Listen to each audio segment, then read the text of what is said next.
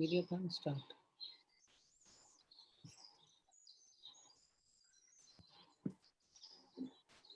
All finalists. They will start the video. Video. We can't start. This is the host only one. Then audio also. I will send this YouTube channel. Yeah.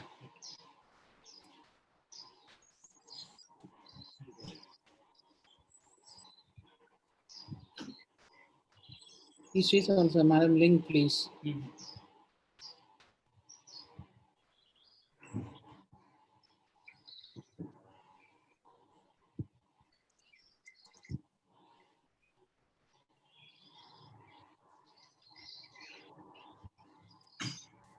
This organization community.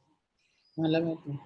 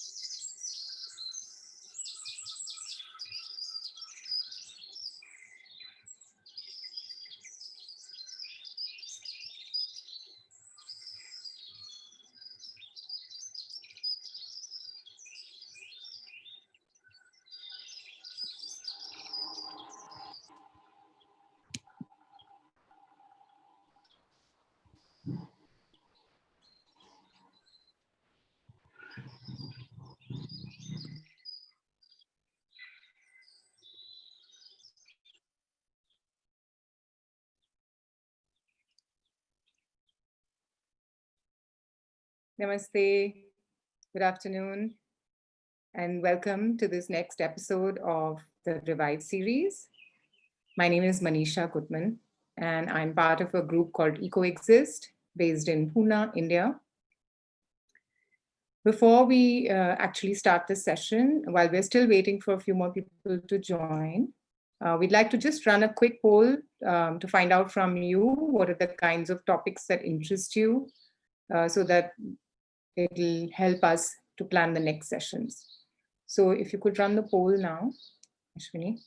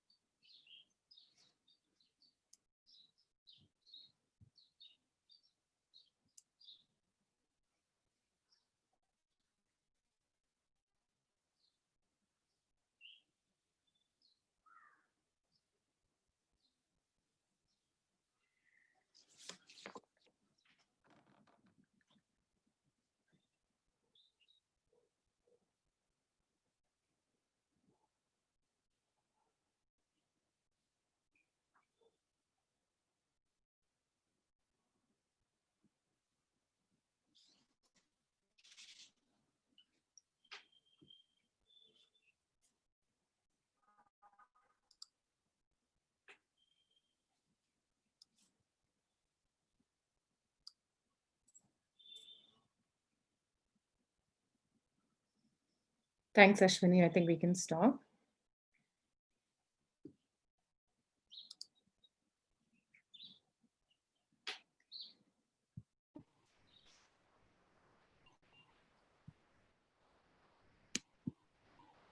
A lot of people have expressed an interest in spirituality and ecology, which is nice, also healing with nature. So for those of you who don't know EcoExist, we're a social enterprise and a not-for-profit. We have been working in the sustainability sector for nearly 16 years now.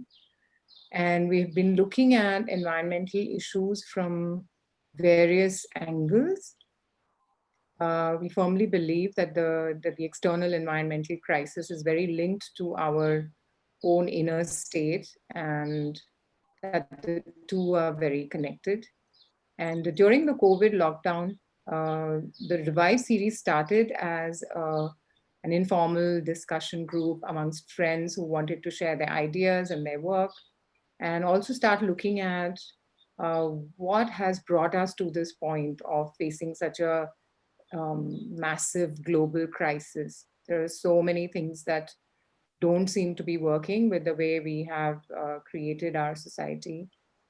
And this COVID lockdown and this break in our routine is a great opportunity for us to reflect and find out what are the things we would like to change, where we went wrong.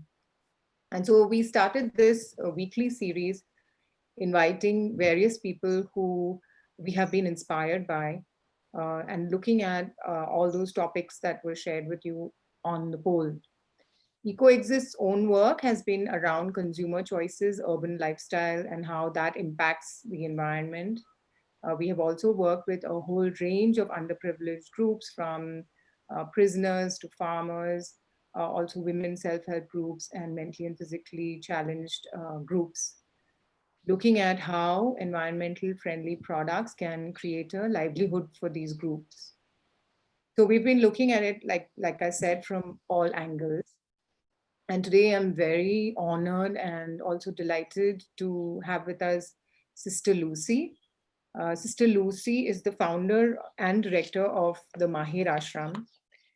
She started her journey at the age of 19 when she chose to become a nun with the Holy Cross Order, and which was focused on teaching and nursing.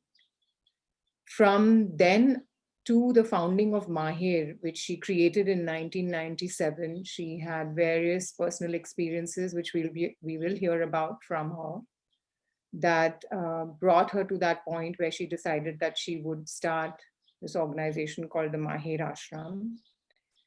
In 2016, she was awarded the Nari Shakti Award by the then President Pranab Mukherjee.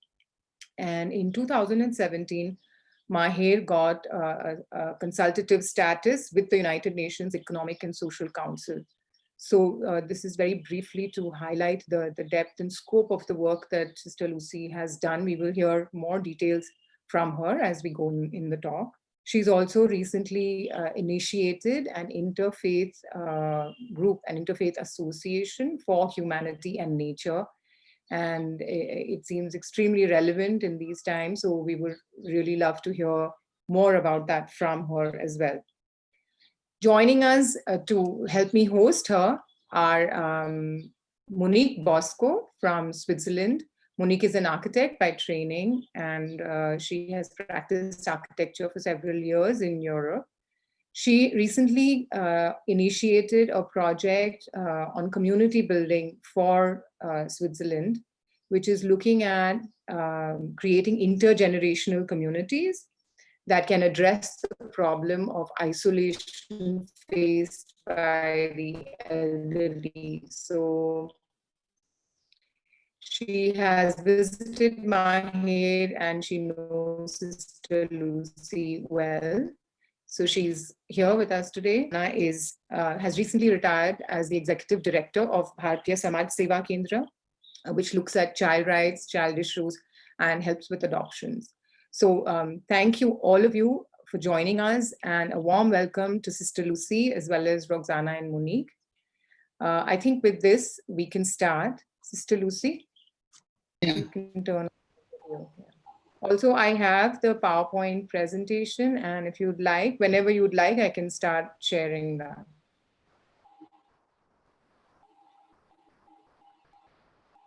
Would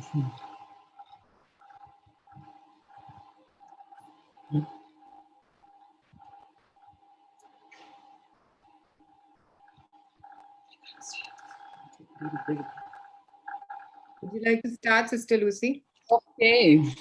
So thank you, Manisha, for that beautiful introduction. Okay, now to start with myself, as I suppose many of you all know, I belong to a Catholic order, which is known as Sisters of the Cross of Chavanod. And I joined this order maybe about 40 years ago. And I worked along with them, and of course I'm still a member of the congregation. And I was there within the setup for about 9 years. And after that, there was a particular incident that took place in my life that I changed my entire life to be a traditional Catholic nun. And after that incident, where a woman came and asked me for shelter, and then I could not give, and then afterwards, of course, she got burned, or her husband burned her. After that, I really thought, no, this is not the way I want to live my life. I want to be more with people. So I took the special permission to move out from the congregation. My congregation was good enough or kind enough to allow me to remain a member, but go and start something that was very close to my heart. It was a rather difficult, decision at that time, but I am happy that I took the decision. And now what I am doing is the first thing that I started home for women who were really in need shelter, because I noticed that so many women were on the street, and I felt the calling to do something for them. So I started with for the women, but now we have different categories of women, in the sense like women who are mentally disturbed, women who are aged and left on the street. So I picked them up. I also started many homes now for children. We have altogether at the moment 49 homes, and also for men who are also on the street, what we call the homeless men. So we have different, there are different types of work that we are doing. But not only that, one of my focus has been how we will not need homes like Maher. So towards that, we started working through self-help group with the women. So we at present, we have got nearly 570 self-help groups in different villages. And that we started to find out what are the real problems the women are facing and how we can help them. So this is what we are trying to do. Hello, Manisha, can you hear me? Yes, I can hear you. Would you like me to share the PowerPoint presentation so people can see the photographs also a little bit? Please. Yeah. So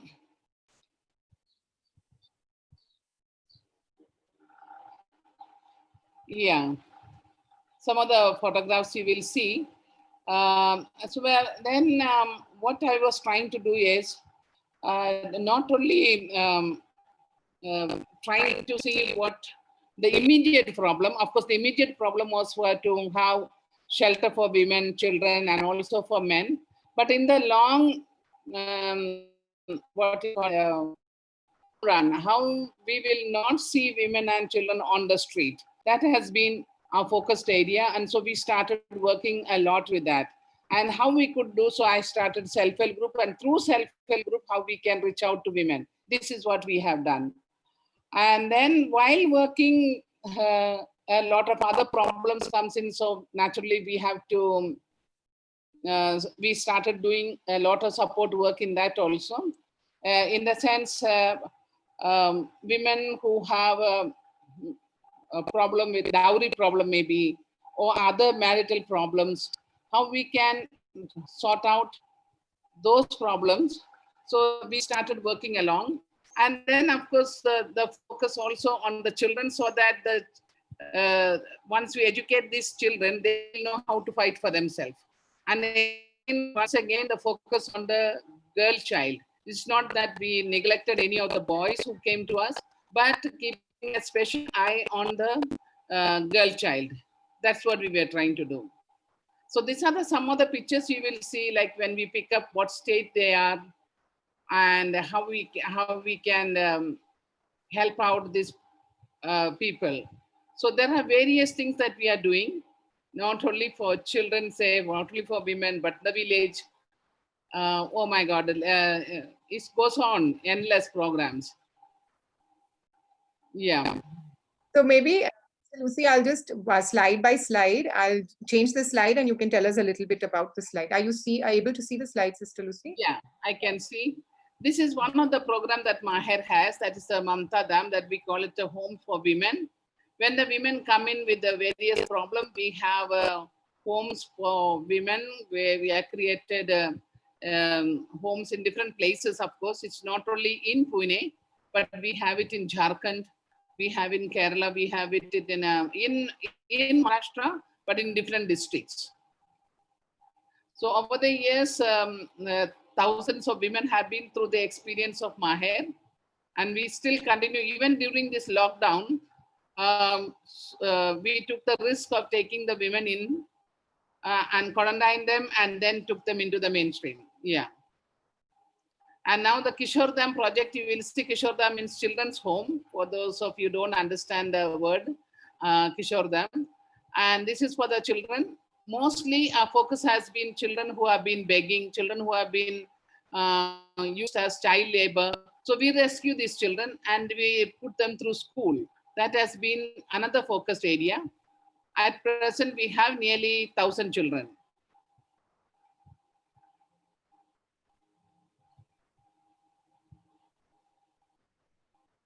Yeah, and then of course, when these women come, you may wonder what we do. We have a lot of activities for them. We have training programs. One of the slide, you will see that where the women are, or the young girls who are employed, not employed in the sense we have been giving training.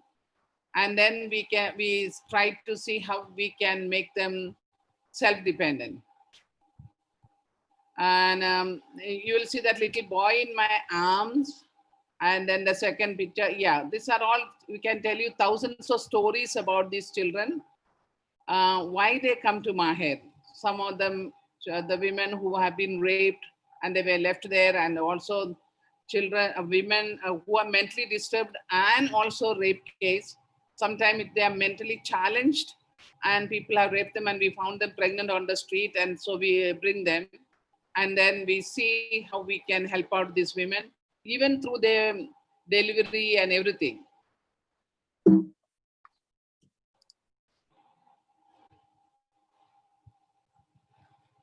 Yeah, these are all different programs of the children, because as I told you, there are over 1,000 children in different homes. They are, we have accommodated them in homes like between 20 to 25 children, and sometimes a little more depending on the needs of the area.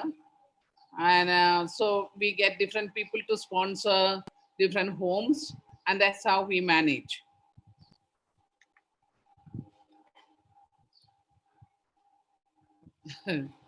Yeah, you will see also the different programs of the children.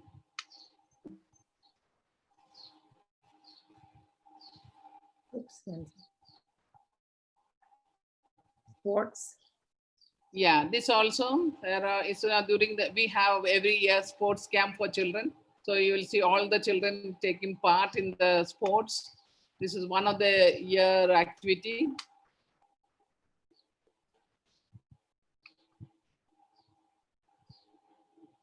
Yeah, Valsaladam is a home for the mentally disturbed women. At present, the mentally disturbed and the mentally challenged is in the same building. We hope, my dream is to have them separate home, but we have not yet managed. So at present, we have the mentally disturbed and the mentally challenged in the same place. But of course, in different areas, we have it in Ratnagiri, Miraj, we have it in Satara and Jharkhand. In Jharkhand, in 2 districts, we have homes for women for mentally disturbed. All of them found on the street. Each and every of the one of them are from the street. And then we'll give them medication and different training and see if we can rehabilitate them. Recently, the day before yesterday, we had the one of the women, we got her married because she was completely disturbed, mentally disturbed, and she was found on the street. And then we give them medication, and then after 8 years, she got more or less all right, and she could manage herself. And then she found a man from her own home, and then she said, I would like to marry him. So I said, okay, we worked on it, and we just got them married the day before yesterday. Beautiful. Yeah. So mentally disturbed women have been many. We have, I think, more than 1,000 women now in different homes.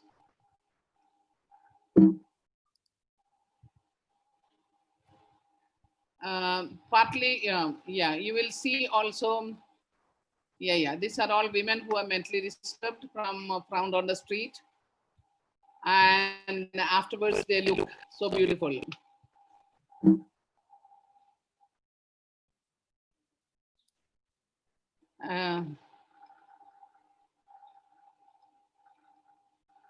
Yeah, as I told you, this some of the women who are in the purple sari, she was completely mentally disturbed, and she was found pregnant on the street. And then we helped her through the delivery. And this is, you will see the little cradle that is decorated, that is on the naming day of the baby.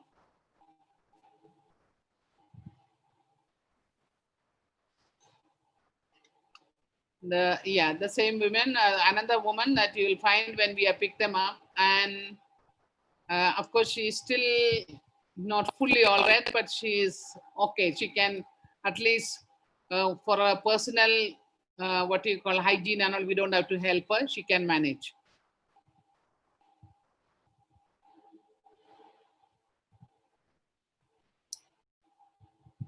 Manisha, you have found really so many slides. Huh? Now, this is a home for the aged. Again, all the women who were on the street, some of them too poor, or some of them, the children abandoned them, or, various stories are there, why they are with us. In one of the house, we have 60. Another house, we have about 35. Another house, we have 40. So there are different homes also for the aged people. And in different districts and different states of India. Yeah. These are all when we see them on the street, how they are, and later on, how they look like.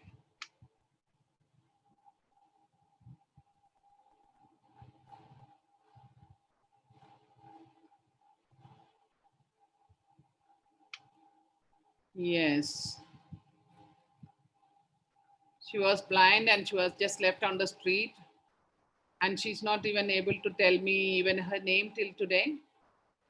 But she's okay now in that sense.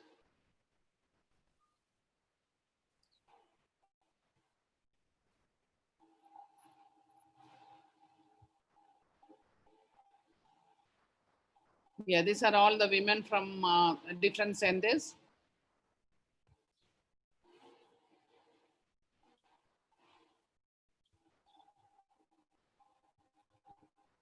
Yeah, this is a home for the men.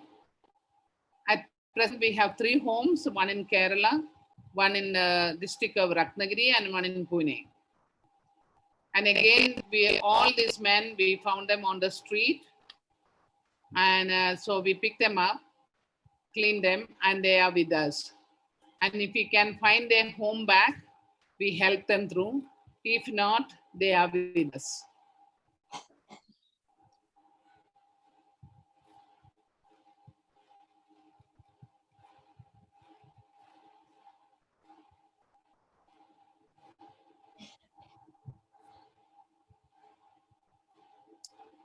Yes.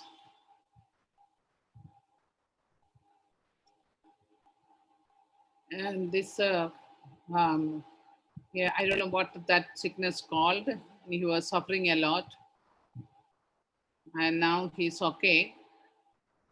This old man on the left side of the screen, you will find he was on the street like that.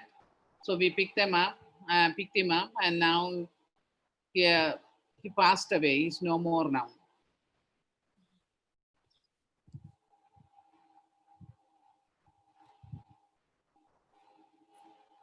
But of course, he had a good life with us for 3 years.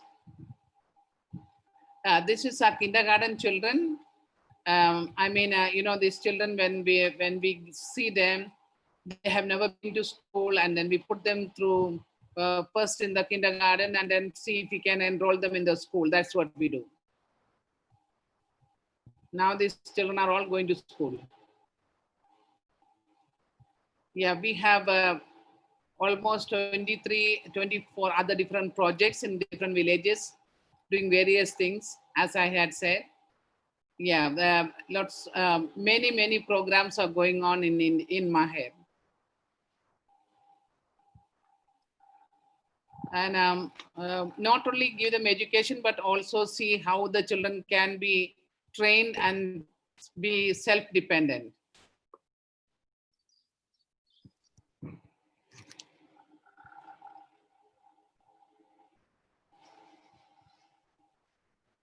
We always had this ECTA project that is giving free provisions for the, maybe if they are TB patients or if their AIDS affected.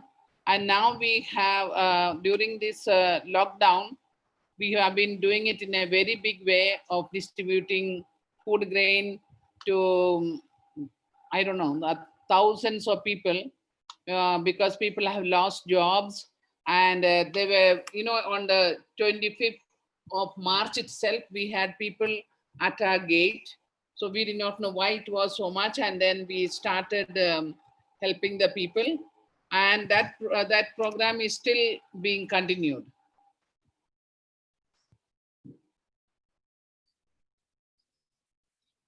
Yeah, these are all in Gomia is one of the what you call districts of what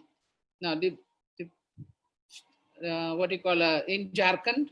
So we have lots of other programs. Swachhata is one of the thing that we see to building of toilets and vermiculture pits and things like that, whoever we can help. So we have been doing that. Yeah, there's many projects, yes.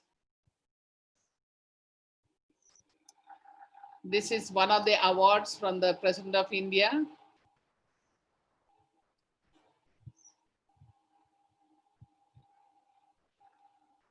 She's Hira, the President of India, the President of Maher. Sorry. One day the President of India, Sister. Yeah. I wish. So this is the church community, is it? This is from the churches? Yeah. This is in Kerala. The church also took time to recognize the work, because I don't follow strictly any particular religion. So it took time for them also to recognize and understand me, but slowly, yes.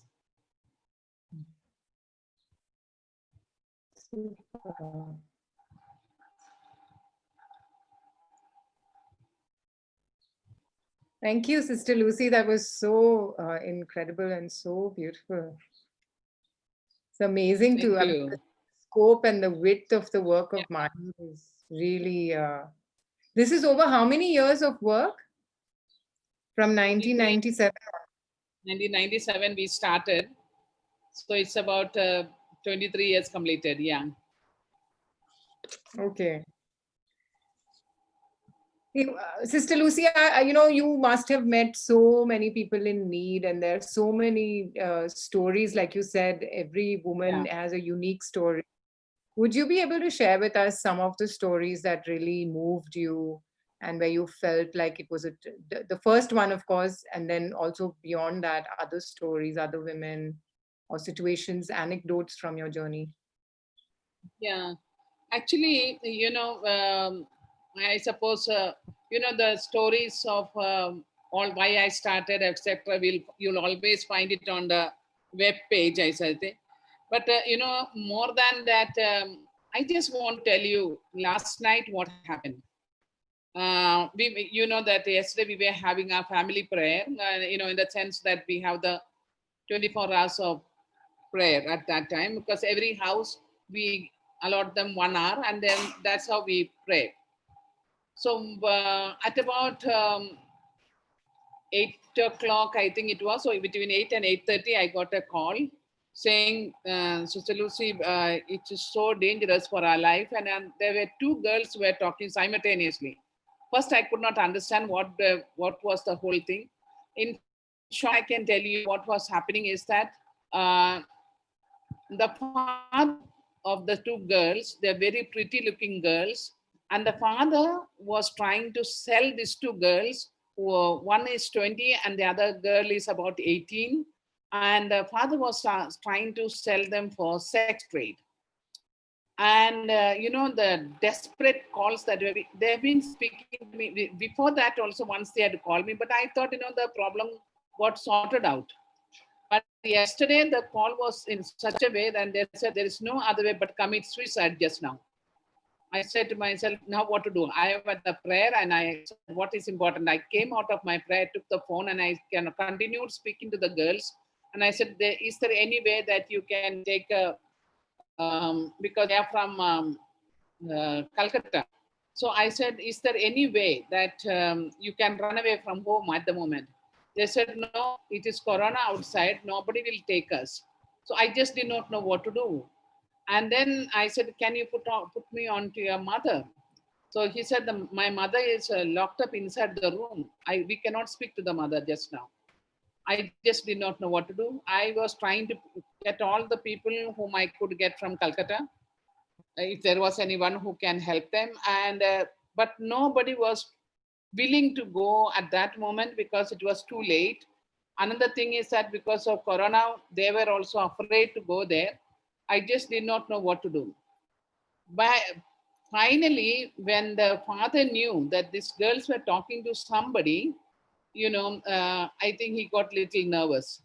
And that is how the girls were saved last night.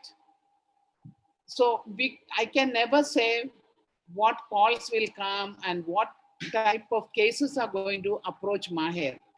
So, we have to be ever ready for anything for that matter, I can say. Now I'm talking to the girls and I'm talking to the people to see how they can be helped.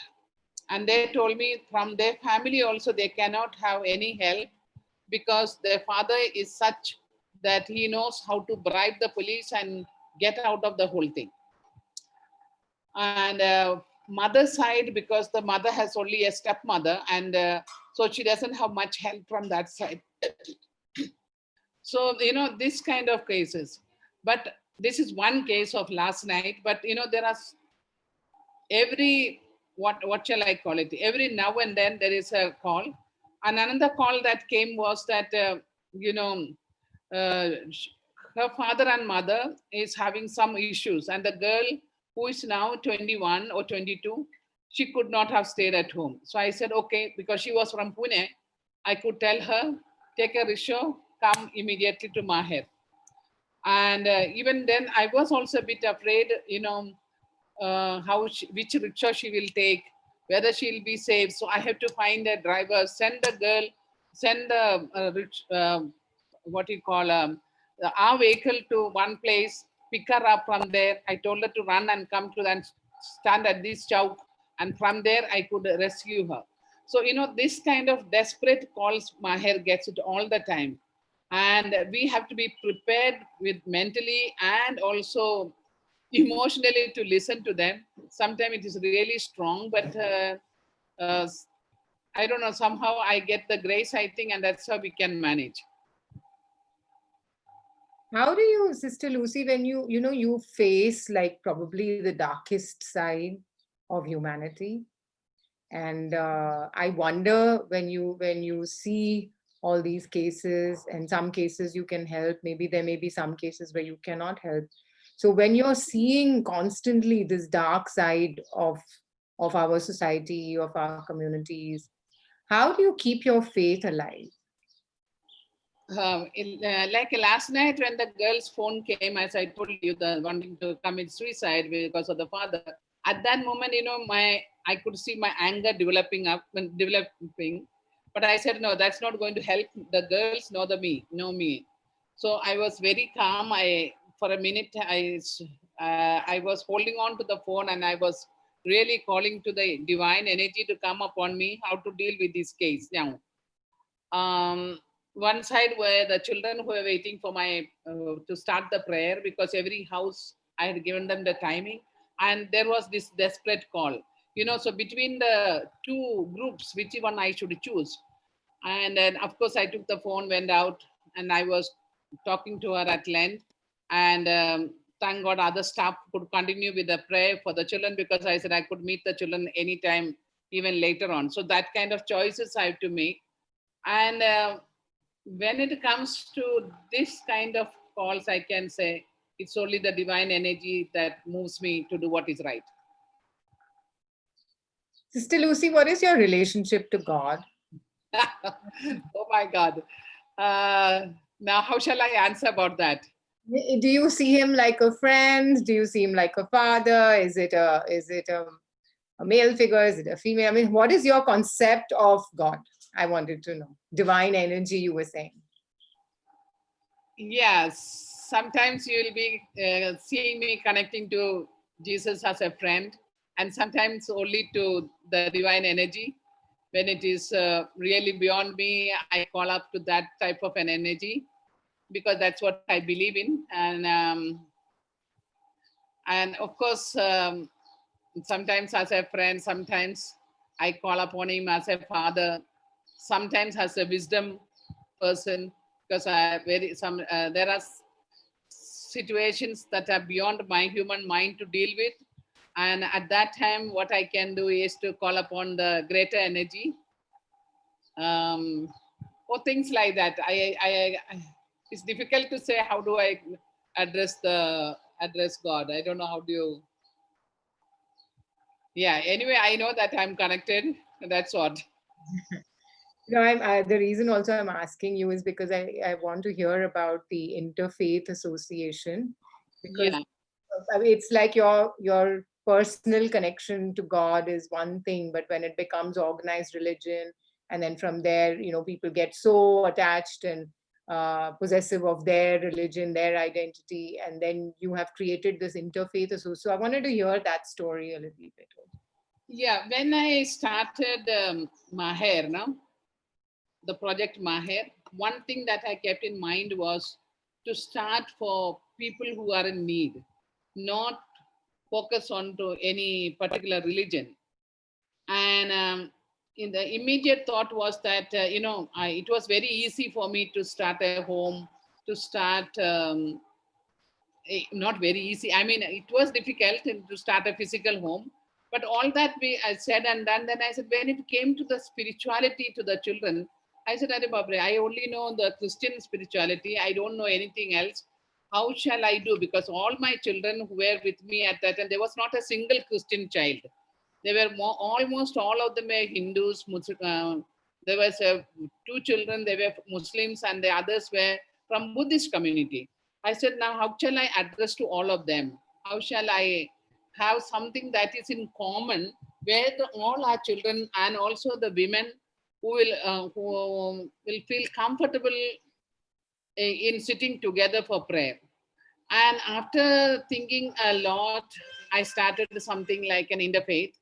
And this Interfaith Association for the Humanity that I started recently, specifically because I witnessed a lot of violence in our own village between the Hindus and the Buddhists. And I said, oh my God, both the religion teaches us non-violence, and what is happening here.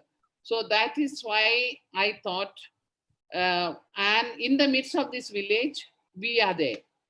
And there was lot of, you can't imagine the police force that I think, Manisha, you might have heard about the Koregaon Bhima and Vadubudruk, the tension. And I said, oh my God, now how shall we do? What shall I do? So I saw all this problem that was going on. And then I thought that I will start this Interfaith Association for Service to Humanity and Nature. And through that, I said the best thing is to get the youth into our flow, into our hands. So I started talking to especially the Maher youth, our Maher youth, because they were in the colleges, so they could get to their friends, speak to them in a very gentle manner, not to no, do away any religion in that sense, because I am not for any standing for any particular religion or against any religion. And so I said, no, we won't go against, but only what is best in organization, we can teach them or take it from them. But what we will do is stand as interfaith, respect all religion, but worship the divine. That is what I thought of doing. And it is working out very well. And we have quite a big number from nationally and internationally now.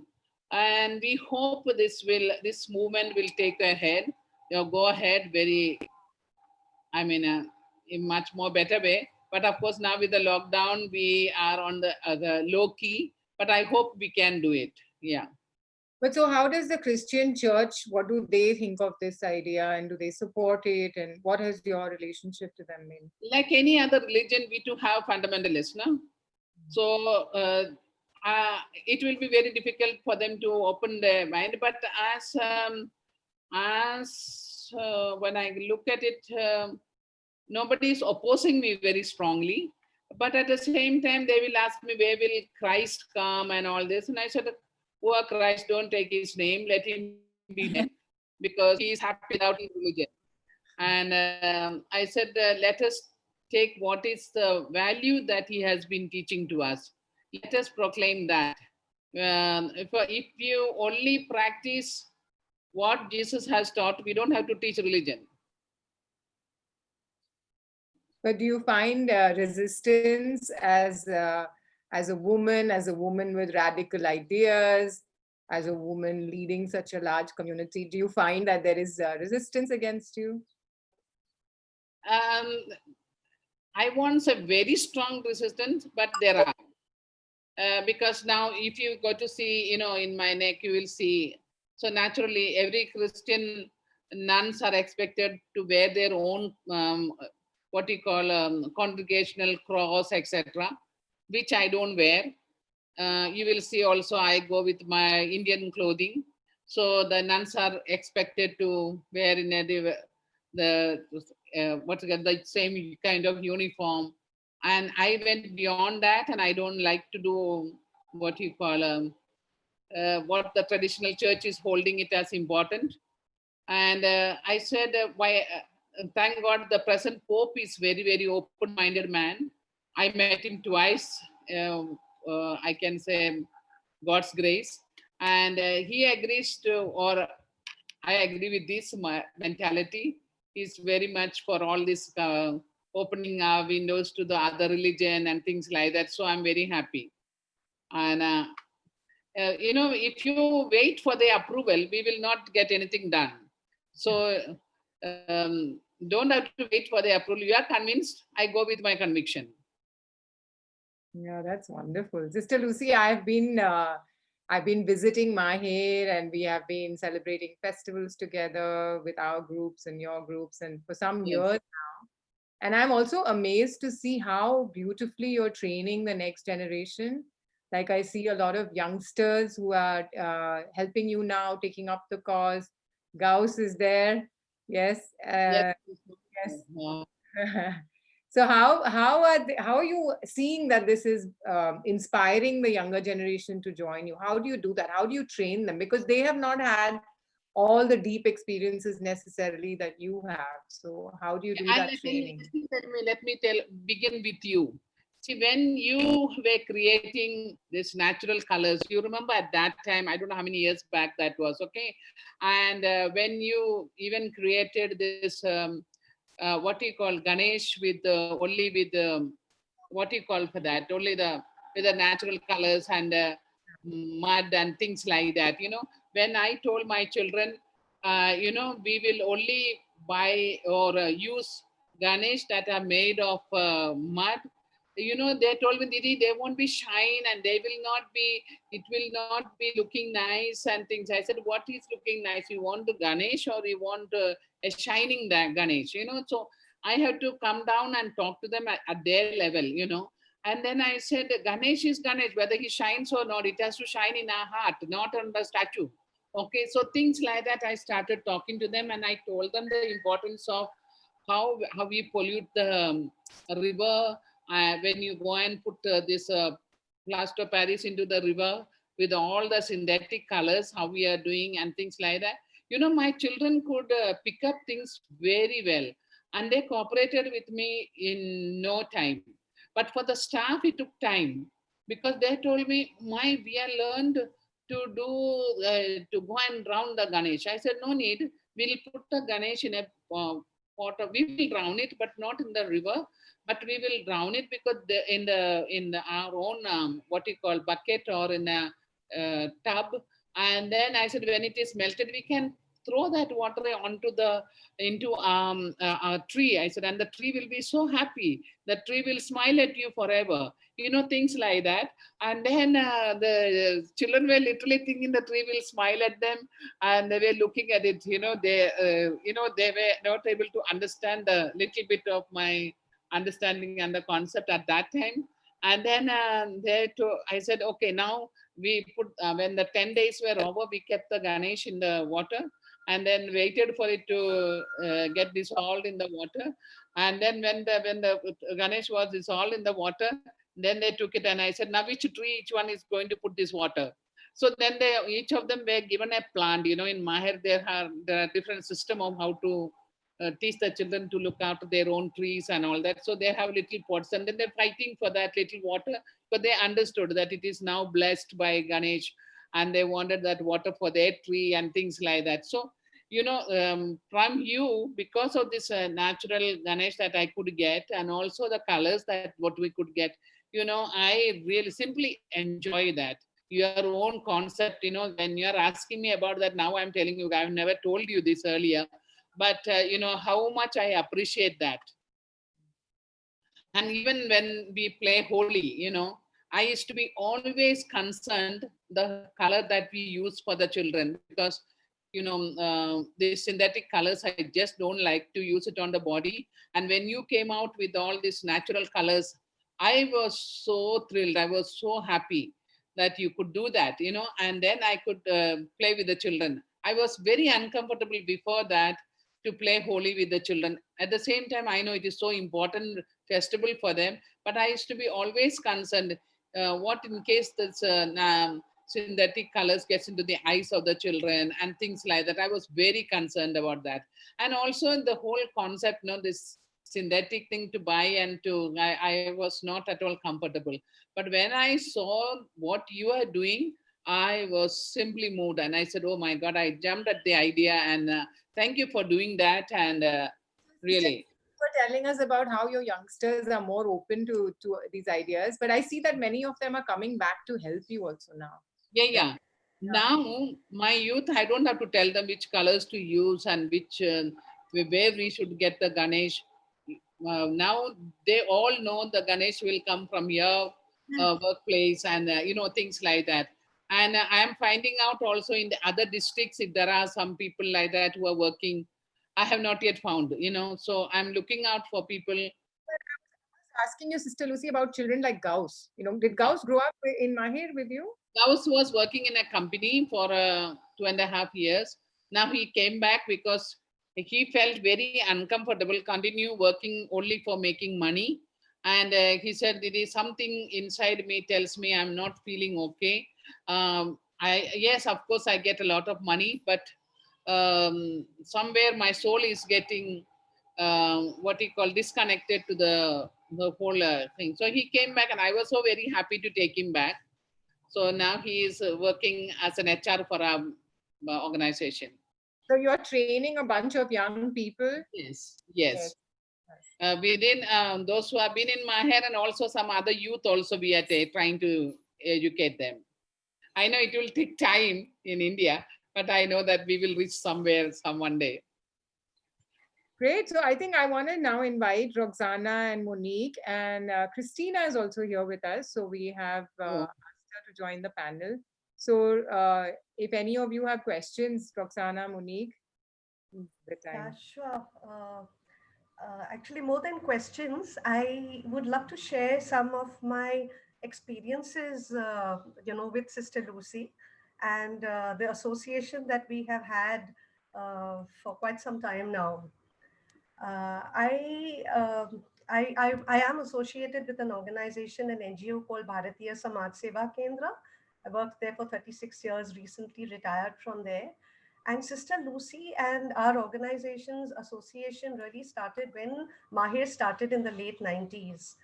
And what I really feel about Maher, I mean, we've heard, and I've heard all this and much more from Sister Lucy over these years. But what is very admirable, I would say, and very encouraging to see, there are not many organizations who deal with so many different persons. Like she has children, she has women, she has mentally challenged women, elderly women. You have men, you have the mentally challenged men.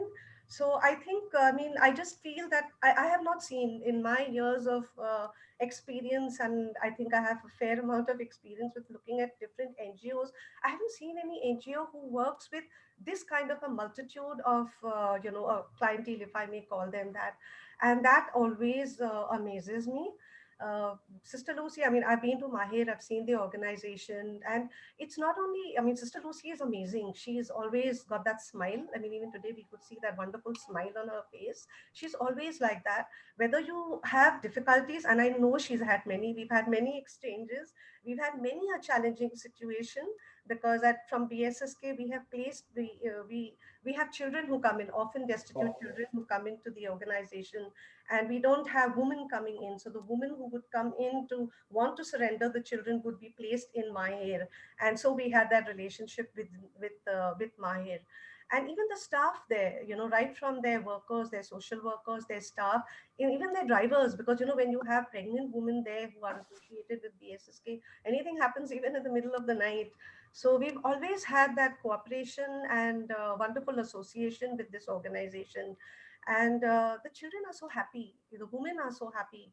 So when I mean, you see many organizations, you go into many organizations, you see several organizations, but you see the people in that organization, whether it's women, whether it's children, you see their faces, and I think that this organization and the staff are really reaching out to all of them. So I think that's what I really want to share and say, that it's amazing. And I'm also always astounded. Today Sister Lucy has 49 homes, and I know Sister Lucy, I think from the time she's probably had 2 and 3 homes, I've visited them years ago. And to think that she has 49 homes and reaching out to so many, especially the, if I may say, the dying destitute or the destitute on the streets, which very few organizations today, I think I know Mother Teresa's charities do that as well, but there are very few who do that. So it's really commendable work. And we continue to have this association with Maher from Bharatiya Samaj Seva Kendra, which is very encouraging, and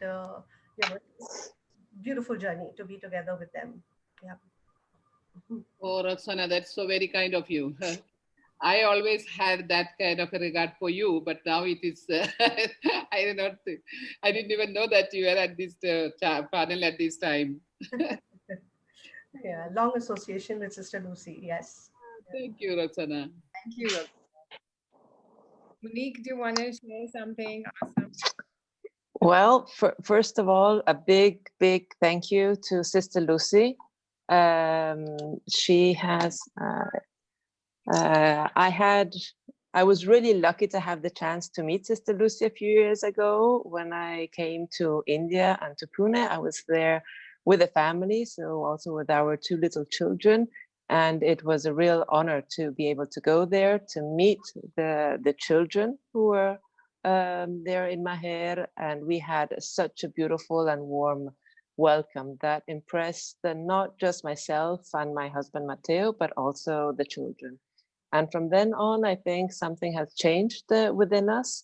And we follow the work that Maher has been doing and has increased in all these years. And I find it's just amazing. Something that I'm very touched, and I think that it's really, really important, on top of everything that Roxana has already said, so I won't repeat all this, the aspect of the religion and the interfaith, I find it's really fundamental. Being looking at the world with all the problems that we have, one is also the creations of groups of people who are attached to their own religion. And Sister Lucy is doing an incredible job of opening up and giving and showing the children and also the grown-ups to have respect of everybody beyond their religion. And I find this is just marvelous, is just fantastic. I know that Sister Lucia, she said, had met the Pope, and I was wondering if it would, or if she had also the opportunity to meet other very important people of other religions, just to even show even more how open she is. Is that in your program, Sister Lucy? Yeah, I have met quite a lot of people from different communities, like from Hinduism and also from the Buddhism. And I was supposed to also be meeting His Holiness Dalai Lama, but because of the lockdown, then now I could not meet him. But we had an appointment in month of April to go and meet. But unfortunately, that did not take place. I really get motivated by all these great people, and to see their openness to other religion, which touches me very deeply.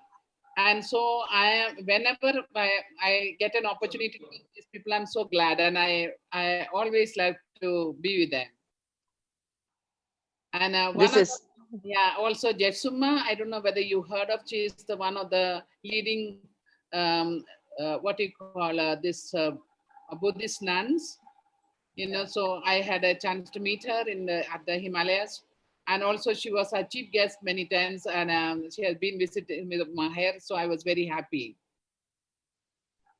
Yeah. So it would be really nice if maybe also here in Europe, myself with other people could try to talk more about all these experiences and really show all these connections that you have within the religions, because maybe this could really open up even more the people. Yeah, sure. And their feelings. Yeah, I can also send you the links to them and things like that. Swami Agnivesh, another person whom I admire in the Hinduism, and there are several people. So really, they motivate me a lot. They inspire me a lot. So I'm very happy with them. There was another question that I wanted to ask you. So you educate to love mainly. This is what I think you're doing. So you're really opened all your heart to everybody, and you're just showing that love is maybe the most important thing that there is. And it should be a priority for all of us, but also maybe for the authorities as well. So how can we help to increase the interest and the awareness of the authorities, that they understand that we have to care for each other and the world would be a better world? The authorities could really make a difference if they maybe listened a bit more to you and to organizations like yours. Yeah, but I think in the core of their being, they all know that is what is important. But I think very often they're stuck with all the dogmas that are there. And so they don't know how to go beyond. I suppose I can't say they don't know, or there must be some kind of fear what the communities will say or something like that. So they get caught up within that, So here, when we work outside the religion, then we have more freedom to think and to act differently. When we are not Yeah. tied to any particular religion as such. When they are tied to particular religion and they're on the top, and I think that becomes maybe a little difficult, and they have to, I don't know, stick to the certain rules Mm. maybe, or something like, yeah. So that must be making it difficult for them to get out of that and I think she meant start government something. Monique, Yeah. government authorities? Also the government, yes, the governments as well. Yeah, I think the I government, think what sorry, the government authorities today have Yeah. so many rules and regulations because of the Juvenile Justice Act, especially particularly pertaining to children. So I think they largely seem to be going on the on those kind of bases as well. That's what Mhm. usually happens, and what's more and more, I see that happening more and more today. Within the area of work that we are doing, particularly I'm saying with children. Mm-mm. Does the government, we saw that you have now a status of consultative status for the United Nations. Does the government of India also connect with you and take advice or take expert on Um, Mr. Lucy? some kind of a recognition is given, but not much on at the government level. And there's no discussion about Yeah, because that in a sense, like you were saying, if we had a wise government in place, we would not need to have separate homes. The whole problem itself would be solved, right? So there should be a more of a discussion between the government and organizations like yours and leaders like you, so that the way we run our country, the way we run our cities integrates these people from the very start rather than rejecting them, right? yeah, what you're saying is true, but given the type of scenario at the moment, it will be very difficult for them to think differently. But I mean, to do all this amazing work that you are doing, you need a lot of funds. So you need help from everybody. And the more recognitions you have from the government or the renowned institutions, of course, the United Nations is one of them, maybe it would be easier for other people helping you, for the volunteers, to find more funds, because then the credibility will be higher. Maybe that's something that we could, volunteers, work more on, because the more funds you'll have, the more people you will be able to help. Yeah. Which is true, yeah. But when there is so much to do at the moment, so getting into those kind of political thing, and I leave it aside, and I do what I can. And because just now the need is still why the women are on the street, or even men, anybody for that matter, on the street. So this, my focused area is on that, and also of course to keep an eye that there is not what we can do when there is if in case there is any tension between any religion. Okay. And I'm working with more with the youth to see whether how we can spread this awareness on interfaith or respecting religion, whatever we call it. Okay, so I am working also on that particular area. Of course, now at the moment, what I'm calling it, from March, we have kept everything on a low key because of the what you call, because of all this coronavirus. But we were planning actually to do it in a very big way, but we could not take it forward because of the lockdown. But we hope in the future that will happen. Because this lockdown taught even to our youth that people are living without the churches, without the mosque, and without the what you call temples. Why can't we continue even later? Yeah, I was just wanting to ask you, Sister Lucy, what was your experience of the COVID lockdown, and what kind of realizations did you have through this crazy crisis? Oh my God, where shall I begin? One thing I can tell you, the immediate need was to feed the people who were hungry. So that's what we thought of doing. And during this lockdown, what we noticed that that thousands of people were walking back home. Okay. So when we saw that, and when the people reached Bhima Koregaon, they were already so tired. And I said, how we can at least give them the least that we can do. And that was to give them water and at least one meal. And then we have a home in Shirur. So I called up to the people and said, can you all start preparing something there? So they were doing in that home, so that supposing the people had tea with us, they could have dinner in our Shirur home. Things like that. And people, if they wanted to rest, they could rest on the street, but give them some kind of a place to rest where they are, people won't chase them out. So things like that. Of course, we could not bring them to our home and take the risk of putting our children into risk. What I would have loved to give them is shelter for all these people at that moment, because it was so hot and people were walking back home, and it was so painful to see. The least we could do was to supply food, which we have been doing, and that I think for thousands of people. And then of course I saw people walking without mask. Then you inspired me to start making masks. Then I said, okay, how much I can ask you, because we wanted in thousands. Okay, so then we called our production unit back, because we had given them also home because of the lockdown. So we called all these people. I said, start stitching masks.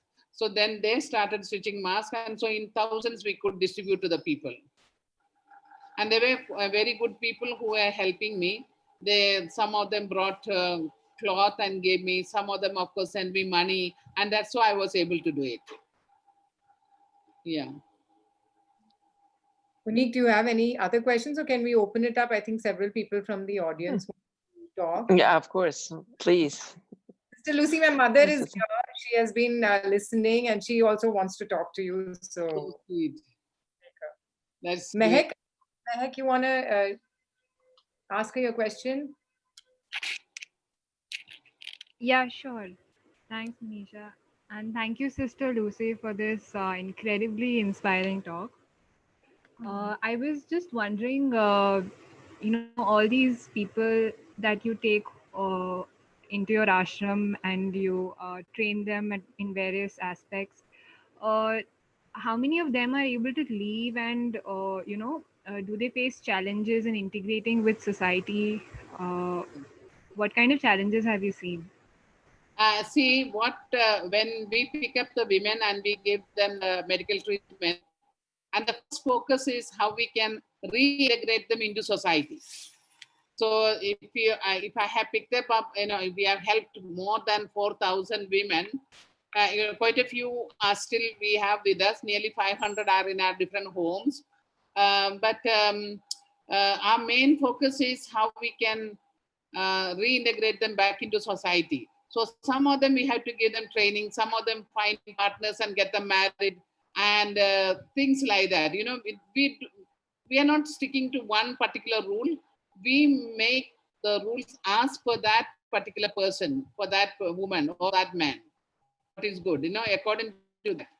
And we don't, even in Maher, we have not drawn, we will keep them for 3 months or 6 months or a year. We have not decided even on that, because supposing a woman needs 5 years shelter, we have to give them, because especially the mentally disturbed, they need much more help from us. So we have to give them for a long time. But for others, those who can, we help. And we have to make rooms for more women. So naturally, our focus is to see that they can leave Maher. Before there are a couple of more people, Atul and Narendra. We will be just letting you speak. Just give us a few minutes. What I want to share is that we are also helping Sister Lucy raise funds.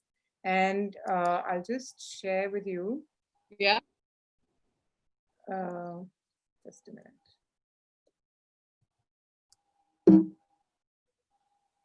So for those of you who would like to contribute, these are the details.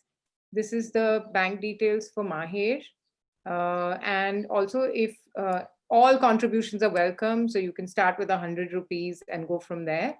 For donations less than 1,000 rupees, we'd request you to please use this GPay account, which comes to EcoExist, and then we collate everything and send the money to Mahir. For larger donations, you can use Mahir's bank details and send it to them directly. We also have the Mahir contact details. It's mahir@mahirashram.org. So I'll just leave this here for a minute. So if whoever wants to save a screenshot or save the QR code, we really welcome you to assist with the incredible work that Sister Lucy is doing. And we will be coming to your questions in a minute. So I just wanted to share this before people start to leave Zoom. For those of you who are in other countries, these are the contact details. For the USA, you can contact Brenda. And for Europe, Christina, who was here earlier, but she had to leave. So if you can email them at these email addresses and contact them, they will tell you what is the process to follow for donations from abroad. And we are now in the monsoon in Pune, and a lot of homeless people are suffering from the monsoon because Sister Lucy was sharing that they don't even have a roof over their heads. So the latest fundraising drive is to help them to get a bare minimum roofing, with some tarpaulin or some plastic. So any amount of contributions we welcome, and we really request you to be generous. So these are the details. And if you save that, we'll go back to our discussion in a minute. So I think Narendra had a question, and also Atul Gore. So if you can go ahead and speak. Christina, if you're still with us, it would be great to also hear from you.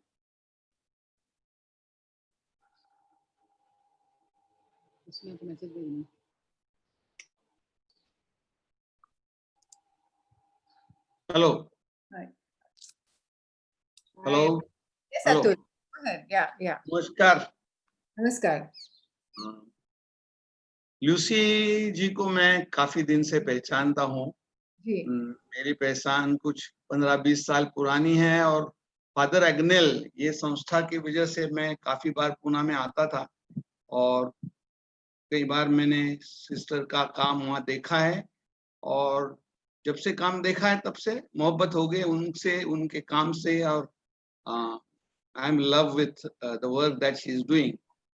At our end, I am from Navi Mumbai, and we have 3 or 4 centers over here. We have one established center at Gansoli, where we work for underprivileged children and women. Okay, and we have 3 extension centers. We work in Turbe, in 2 Jhopadpatti Juggis, and in 1 school to extend our services to them. Basically, our area of concern is education and employment, and for women and underprivileged children. At the moment, we are working with about a few hundred. We feed every day about 500 children. Okay. During the lockdown period, we served about 40,000 meals, and we served about 1,000 families with one monthly quota for a couple of months. This was the facilities that we gave. Whenever I met Sister Lucy and I asked her that what can I do for you, she says that I have a big project for you, and you are not going to give some tidbits here and there.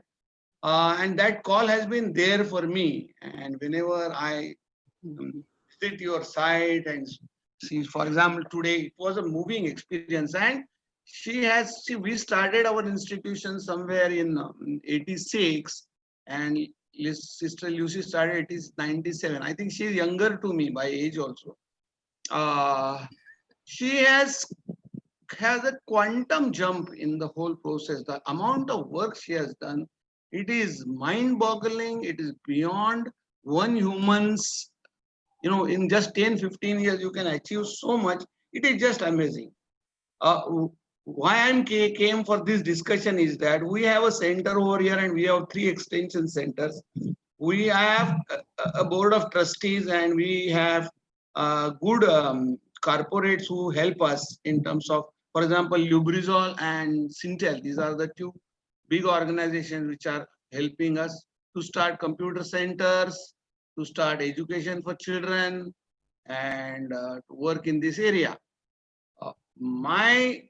What I have been thinking that if at all we can extend our facilities to Sister Lucy and my in terms of whatever we have, so that I don't think Sister Lucy has anything in New Bombay. So I'm very happy that there is nothing in New Bombay. So we can represent over here and extend our services over here. So this was my question, that whether our trust can collaborate with Maher and help you out in this area. So this was my question. Over to Sister Lucy. Yeah. Yes, Atul. I'm so happy you are here. And we have a home in New Bombay, Kopakarne. I see. Yeah, and where we have almost, I think, 27 children there. And the whole thing is that, that we are in a rented home and we are looking out for a better place for the children. And how we can, especially when the children passed out, when they completed their studies, how we can find better training facility. And if you are offering that, I'll be so grateful. Yes, yes. And yeah, I'll get back to you, Atul. Yeah, I think you have my number also. And yes, I have your number. I'll take your email also soon. Yeah. Back to you. Yeah. Please. Our trust name is We Need You. We Need You. Okay. Hello? Yes. Hello. We're here. Thank you, Atul. Yeah, thank you. God bless you. If there are any others in the audience who'd like to share, I can see Prithvi is here, Lolita is here. Matteo, if there's something you'd like to share or ask Sister Lucy, this is your chance to do it. There is, maybe I can just quickly. Yes. Can you turn on your video, please, so we can see you? There you go. I thought I did. Did I? Spotlight her. Welcome. Hello, Sister Lucy. I'm very, very happy to see you. I am in Austria, and each time when Sister Lucy comes to Austria, this is such a big inspiration for us. It is because she is coming with her love, and we need that so much. And not only that, she inspires our love to blossom and to grow. And what we have organized here in Austria and all over Europe is we have little Vereine, how can I say, little companies that we call ourselves Friends of Maher. And we are trying to spread the spirit of Maher also in Europe. And yes, and each time when Sister Lucy comes, she also brings somebody, sometimes young people that were raised in Maher, and to have this direct understanding what happens to a person that is raised in Maher helps us really to see where education should go, and and that's like for all religions the same fundament, and this core fundament is love, and this is what we can see Sister Lucy spread in India, but also spread when she is traveling through Europe or through the United States. And I would like to thank you very, very much. And what I really think is that the COVID and this specific situations we are in now could give the chance of a real change in this world. of a change away from the rules of greed into love, probably, and I can see many young people really diving into this total change. We have started to slow down. We have started to look into our homes, ourselves, our families. We are looking at things in a different way now, and I hope this will continue. Thank you very much, Sister Lucy, for everything you're doing. Thank you, Christina. Thank you. Thank you, Christina. I'm so glad you could join. Thank you. Sister Lucy, my mother wants to ask you something, and she's sitting right here. Yeah, sure. Namaste. Namaste, Auntie. How are you? Okay, I'm one of So your. great that you raised such a daughter like Manisha. She is saying that she's one of your admirers, Sister Lucy. She's the one that's first told me about you. So she Yeah. did you want to speak? You say Yeah, no, essentially, I wanted to ask you, Yeah. what are the challenges, the recurring challenges or the daily challenges that you face in managing your centers and managing the inmates of any of your units, that's an old age home or Vatsalya or other units that you have. What are the daily or frequent challenges that you meet in managing these people? The other thing is, what are the challenges that you face from the government and from the society? Yeah. One of the challenge has been first thing, like how I could, keep the body and soul together of all the women that I was picking up. Slowly, that was getting answered because I had many good friends from all over the world coming to help. But when it comes to society, my name is Lucy. So people still think that I'm come for conversion, and people misunderstand just because of my name. They think that these are church activities. I am there just because I'm a Christian. Maybe the missionaries who had done some mistakes in the past, it still reflects onto me. And to still stand as a different person is really a challenge. There were, Auntie, if I to tell you, you will get frightened. There were people even came to kill me, people who spat on me. And there was groups of people who organized many things to all that, but I think finally what happens is that when people see that your intention is very pure, finally the divine energy helps out to see what I'm trying to do. Okay, it takes time, but I know that it will come. But even then, whenever I go and open a new center somewhere, first thing that they will ask me is it something to do with the church? And to say, no, it is nothing to do with the church or to conversion to Christianity or anything like that. People still have doubts. They even come and check with the children what type of prayers we have and, the type of food we have, whether we are eating beef and things like that. Oh my God, things like that. But that is okay. People have the right to think that. I think I have no problem. The initial problems, severe problems are over now. I hope so. To take out that kind of doubt from the people, it is really a problem because of my name. What about the management problems with the inmates? I mean, this is quite a large organization to manage, right, Sister Lucy? How do you manage to manage? I can say the credit goes to my staff. I can say that I have through the divine grace, I found such good staff with me. It is only because of them I can manage. their commitment is so good, and that's how everything goes on. Of course, there are problems, like in the morning, this morning, Jharkhand people phoned me and said that a group of college-going boys was giving so much a problem that the staff was crying, and 2 staff really packed their things to go back. And it is Corona, I can't even reach out there to check what was happening. Then I have to immediately have video call with the boys to find out what was happening. And the whole thing is that, those boys, they are used to alcohol. And the whole thing is that now their alcohol is not available. And because of Corona, our staff had locked the gates.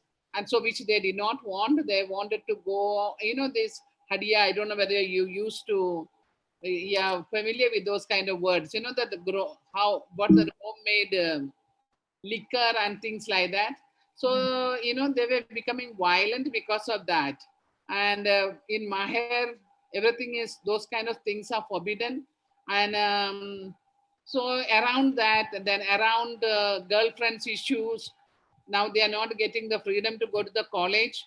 So, the youth program problems that comes up. So one of the boy, he said, I will not stay. So finally I have to let him go. He's 20 years. I said, okay, now that is what, so that instead of the staff let him go, because he made a group of the boys, and the problem went on endlessly. I was trying to talk to them, convince them that it's outside Corona. How are you going to go? You have no money. And he told the staff that none of your business. I'll manage. And he has nobody. Right. He has got some distant relatives. What he's going to do, I'm not sure. I told him that so many times I've been telling him, but today was the climax. So, this kind of things, it's not easy to deal with, but finally we had to see the freedom of the children also. So I said, I respect you, finally. I know the step that he's going to take is not good for him, but that's what to do. You have really been a mother to so many people. So just as mothers have trouble with their teenage sons, it's the same thing that you are facing. Yeah. So Sister Lucy, one question I want to ask on everybody's behalf is, how can we help you? Of course, fundraising is a big thing, but in what way can all of us be connected to Maher and, be part of the Maher family and continue to support from wherever we are? So apart from funds, how else can we help? All of you all are doing what you all can, and I'm very happy and grateful to all that. One of the ways that at the moment what I need is also what you call, women who are in production unit. They have we don't have any jobs for them. So if those products are sold, I'll be very happy if you can find market for all those things. And then continue helping us in whatever way you can. The more money I get, the more I reach out to people. Okay, great. So just want to again say mahir@mahirashram.org is the email address where you can reach out to Sister Lucy. Thank you so much. It's been an amazing. Keep us in your prayers, and that's what I'm telling you, all the groups. It's not only financially, but also how you can hold us in your prayers. That's very important. Auntie, especially to you, I'm asking, because I know that you're a very holy person. Thank you, Sister Lucy. And I hope that we can soon get to meet everybody and that we can come and spend time with you again. Yeah, whenever possible, do come. Yes. Before Corona, it will be there forever, I suppose. I don't know when it's going to end. Yeah, we'll have to find a way of going around. Exactly. Yeah. Thank you very, very much, Sister Lucy. Thank you, Manisha, for doing this. It's so great. I'm so happy and grateful to you. Yeah. I just, before everybody leaves, I just want to share what we are doing next. Also, maybe Sister Lucy, maybe you're interested also. We have a whole range of topics that we discuss every Sunday. So the next Sunday is not happening, but the Sunday after that. So 2 weeks from now, I'll just show you what we've got. Just a minute.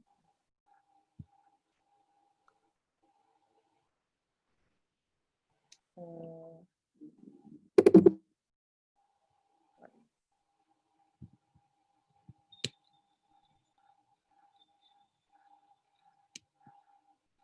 trying to show you the.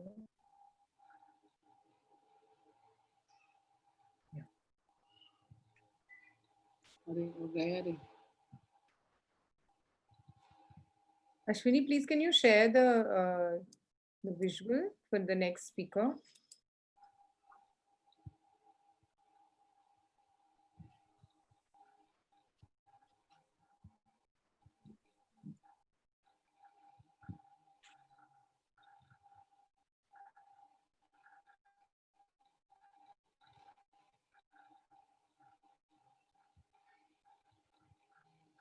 Sorry, just give us a minute, huh?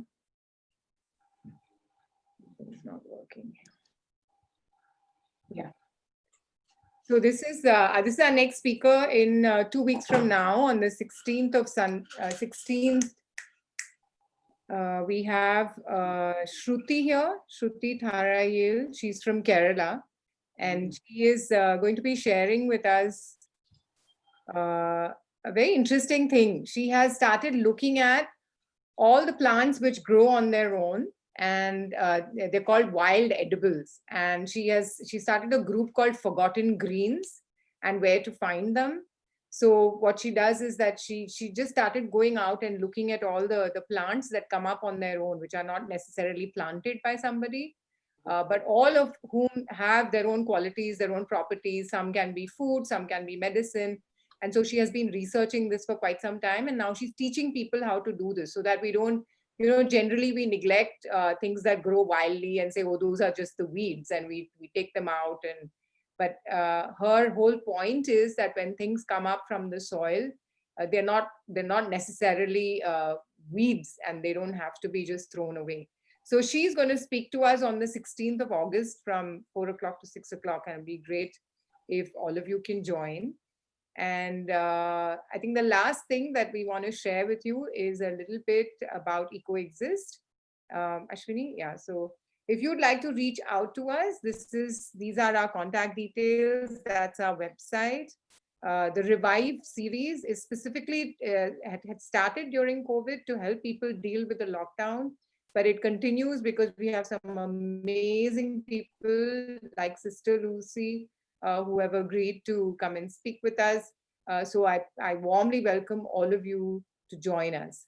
And with that, I'd like to say good evening and namaste. Thanks again, Sister Lucy, and I hope to see you very, very soon. Thank you. Thank you so much. Yeah. Thank you for doing this great job. Thank you.